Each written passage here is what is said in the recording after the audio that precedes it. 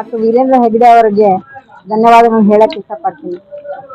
ಧರ್ಮಸ್ಥಳದ ಅಭಿವೃದ್ಧಿ ಎಲ್ಲರಿಗೂ ಗೊತ್ತಿದೆ, ಹಳ್ಳಿಗೂ ಅದು ಪ್ರತಿಯೊಂದು ಹಬ್ಬಿದೆ. ಅವರು ನಮ್ಗೆ ಹೇಳಿದ ತಕ್ಷಣನೇ ನಮ್ ಜೊತೆ ಕೈ ಜೋಡಿಸ್ತಾರೆ, ಅದು ಮೋಸ್ಟ್ ಇಂಪಾರ್ಟೆಂಟ್. ಯಾಕಂದ್ರೆ ಯಾರಿಗೋ ನಾವು ಕೇಳ್ತೀವಿ, ಆಮೇಲೆ ಈ ಕನಸು ಇಲ್ಲಿ ಒಂದು ಘಟಕ ಹಾಕ್ಬೇಕು ಕೋಟೆಗ. ಇಟಗಿಯಲ್ಲಿ ಬೇರೆ ಬೇರೆ ಕಡೆ RO ಪ್ಲಾಂಟ್ಸ್ ಇದೆ, ಆದ್ರೆ ಕೋಟೆಗೆ ಇರ್ಲೇ ಇಲ್ಲ. ಈ ಕನಸು ಇವಾಗಿಂದ ಅಲ್ಲದೆ 3 ವರ್ಷದ ಕೆಳಗಿಂದ ತಳಕಲ್ಕೆರೆ ಹೋರಾಟ ಸ್ಟಾರ್ಟ್ ಆದಾಗಿಂದ ಮಧ್ಯಾಹ್ನ ಅವ್ರು ನನ್ಗೆ ಹಿಂಬಾಲ ಹತ್ತಿದ್ರು. ಅವಾಗ್ಲೇನೆ ಸುಮಕರೆ ಬರ್ರಿ ನೋಡ್ಬರ್ರಿ, ಇಲ್ಲಿ ಎಲ್ಲಿ ನೀರಿಲ್ಲ, ಕೆಳ ಹೋಗಿ ತರ್ಬೇಕು ನಾವು, ಇಲ್ಲರ ಬಹಳ ಕಷ್ಟ ಆಗತ್ತೆ ನಮಗೆ ಇಲ್ಲಿ ಅಂತ ಹೇಳ್ತಾ ಇದ್ರು. ಆಯ್ತು, ಅವಾಗ ಹೇಳ್ದೆ ನಾನು, ನಮ್ಮ ಕೈಲಾದ ಸಹಾಯ ನಾವು ಮಾಡ್ತೀವಪ್ಪ, ಮಾಡೋಣ ಅಂತ ಹೇಳಿ.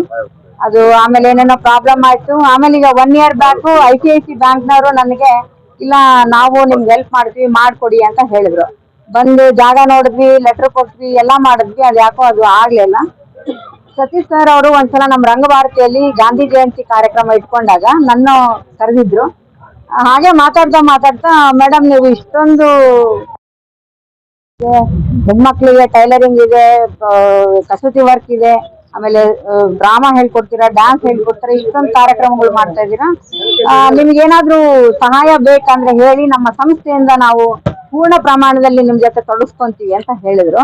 ಅವಾಗ ನನಗೆ ಒಂದೇ ಒಂದು ಬಂದಿದ್ದು, ಸರ್ ನಾನು 2 ಕಡೆ ಪ್ರಾಮಿಸ್ ಮಾಡಿದ್ದೀನಿ, ಒಂದು ಇಟಗಿ ಮತ್ತು ಒಂದು ಹ್ಯಾಡ್ಲದಲ್ಲಿ ಈ ತರ ಶುದ್ಧ ಗಂಗಾ ನೀರಿನ ಘಟಕ ಹಾಕ್ಬೇಕಂತ.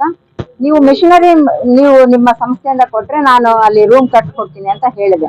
ಅವ್ರು 1 ನಿಮಿಷನೂ ಯೋಚನೆ ಮಾಡ್ಲಿಲ್ಲ, ಅವ್ರು ಯಾರು ಹೈಯರ್ ಅಥಾರಿಟಿ ಫೋನು ಮಾಡ್ಲಿಲ್ಲ.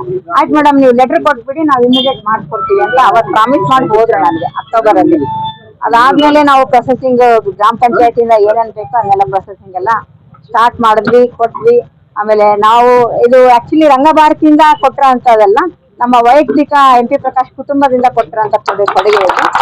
ಯಾಕಂದ್ರೆ ರಂಗಭಾರತಿದು ಒಂದು ಸಂಸ್ಥೆ, ನಾನೊಬ್ಳೆ ಅದನ್ನ ಪ್ರಾಮಿಸ್ ಮಾಡಕ್ಕಾಗಲ್ಲ, ಅದರಲ್ಲಿ ಬೇರೆ ಊರಿನ ಬೇರೆ ಬೇರೆ ನಿರ್ದೇಶಕರಿದ್ದಾರೆ.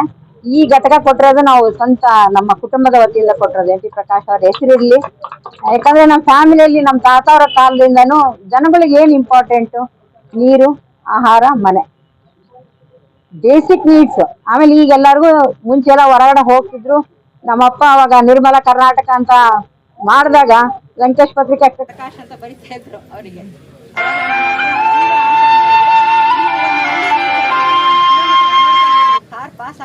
ಗ್ಲಾಸ್ ಇಳಿಸ್ಕೊಳ್ಳಿ, ಇನ್ನೊಂದು ಕಿಲೋಮೀಟರ್ ಅಲ್ಲಿ ಹಳ್ಳಿ ಬರುತ್ತೆ ಅನ್ನೋದೊಂದು ಆಗತ್ತೆ ಅಂತ ಆನ್ಸರ್ ಮಾಡಿದ್ರು. ಸೊ ನಿರ್ಮಲ ಕರ್ನಾಟಕ ಮಾಡಿದ ಅವಾಗ ಅವರು. ಈಗ ಅದನ್ನ ಅವಾಗ್ಲೇನೆ 15,000 ಸಾವಿರ ಕೊಡ್ತಾ ಇದ್ರು. ಇಲ್ಲಿ ಇಟಗಿ ಗ್ರಾಮದಲ್ಲೂ ಮಾಡಿದ್ವಿ, ಬೇರೆ ಬೇರೆ ಗ್ರಾಮದಲ್ಲಿ ಮಾಡಿದ್ವಿ. ಬಟ್ ಅಲ್ಲಿ ಇರೋ ಅಂತ ಓಣಿಗಳು ಹೆಂಗ್ ಪ್ರಾಬ್ಲಮ್ ಆಯ್ತು ಅಂತಂದ್ರೆ, ನಮ್ಮ ಓಣೆ ಮಾಡ್ಬೇಡ್ರಿ, ನಮ್ಮ ಓಣಾಗ ಮಾಡ್ಬೇಡ್ರಿ ಅಂತ ಹೇಳಿ ಅದನ್ನೆಲ್ಲ ಕೆಡ್ಸಿದ್ರು, ನೀರ್ ಸರಿಯಾಗಿ ಹಾಕ್ತಿರ್ಲಿಲ್ಲ. ಅದಾದ್ಮೇಲೆ ಈಗ ಮೋದಿ ಅವ್ರು ಬಂದ್ಮೇಲೆ ಅಥವಾ ನಮ್ಮ ಬೇರೆ ಬೇರೆ ಸರ್ಕಾರಗಳು ಮನೆಗೊಂದು ಪಾಯ್ಖಾನೆ ಅಂತ ಹೇಳಿ, ಶೌಚಾಲಯ ಅಂತ ಹೇಳಿ ಅದನ್ನ ಮನೆಗಳೆಲ್ಲ ಕಟ್ಕೊಟ್ಟು ಹೆಣ್ಮಕ್ಳಿಗೆ ಒಂದು ಅನುಕೂಲ ಮಾಡ್ಕೊಟ್ಟಿದ್ದಾರೆ. ಸೊ ನಮಗೆ ನಾವು ಬೇಸಿಕ್ ಆಗಿ ನಾವು ಯೋಚನೆ ಮಾಡ್ಬೇಕಂತಂದ್ರೆ, ನಮಗೆ ಏನ್ ನೀಡ್ಸ್ ಇದೆಯಪ್ಪ, ಎವ್ರಿ ಡೇ ನಮ್ಗೆ ಏನ್ ನೀಡ್ಸ್ ಇದೆಯಪ್ಪ, ಒಳ್ಳೆ ಆಹಾರ, ಒಳ್ಳೆ ಗಾಳಿ, ಒಳ್ಳೆ ನೀರು, ಎಲ್ಲ ಚೆನ್ನಾಗಿ ಊಟ ಮಾಡಿ ಎಲ್ಲ ಕೆಲಸ ಮಾಡಿ. ನಾಳೆ ನಿಮ್ಮ ಮಕ್ಳಿಗೆ ಒಂದು ಕಾರು, ನಿಮ್ಮ ಮಕ್ಳಿಗೆ ಒಂದು ಬೈಕು, ಇನ್ನೇನ. ಬಟ್ ಅದೆಲ್ಲಕ್ಕಿಂತ ಮುಂಚೆ ಮಕ್ಕಳನ್ನ ಓದ್ಸೋದ್ ಕಲೀರಿ, ಒಳ್ಳೊಳ್ಳೆ ಸ್ಕೂಲ್ಗಳಿಗೆ ಹಾಕ್ರಿ, ಹಾಸ್ಟೆಲ್ಗಳಿಗೆ ಹಾಕಿ, ಇಲ್ಲಿಂದ ಹೊರಗಡೆ ಕಳಿಸಿ, ಅವ್ರಿಗೆ ಹೈಯರ್ ಎಜುಕೇಶನ್ಗೆ ಹೊರಗಡೆ ಕಳಿಸಿ, ಅವ್ರಿಗೊಂದು ವಿದ್ಯಾವಂತರನ್ನ ಮಾಡ್ರಿ.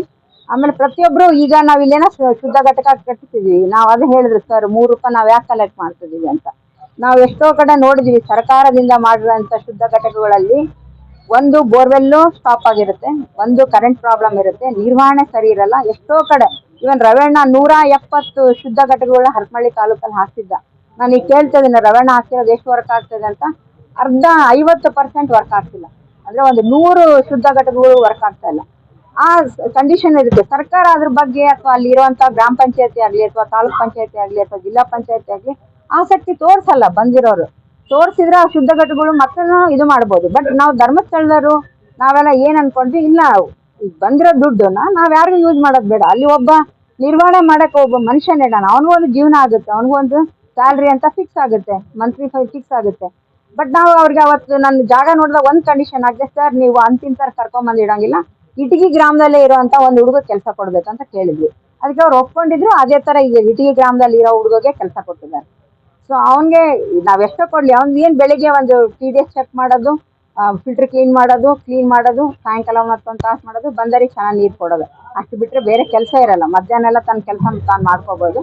ಹಾಗಾಗಿ ತಾವು ಕೂಡ ಇಲ್ಲಿ ಇಟಗಿ ಗ್ರಾಮದವರು ಮಧ್ಯಾಹ್ನವೇ ನಿಮ್ಮ ಏರಿಯಾದವ್ರಿಗೆ ಹೇಳ್ರಿ, ಅದನ್ನ ಮೇಂಟೈನ್ ಮಾಡುವಾಗ ಜಗಳ ಆಡಿ ಪೈಪ್ ಮುರಿಯೋದು ಕಿತ್ತೋದು ಅವನ್ನೆಲ್ಲ ಮಾಡಬೇಡಿ. ಯಾಕಂದ್ರೆ ನಾವು ಏನೋ ಒಂದು ಒಳ್ಳೆ ಆಸೆ ಇಟ್ಕೊಂಡು ಬಂದು ಇಲ್ಲಿ ಕೆಲಸ ಮಾಡಿರ್ತೀವಿ, ಅದನ್ನ ನಿರ್ವಹಣೆ ಮಾಡುವಾಗ ಜನ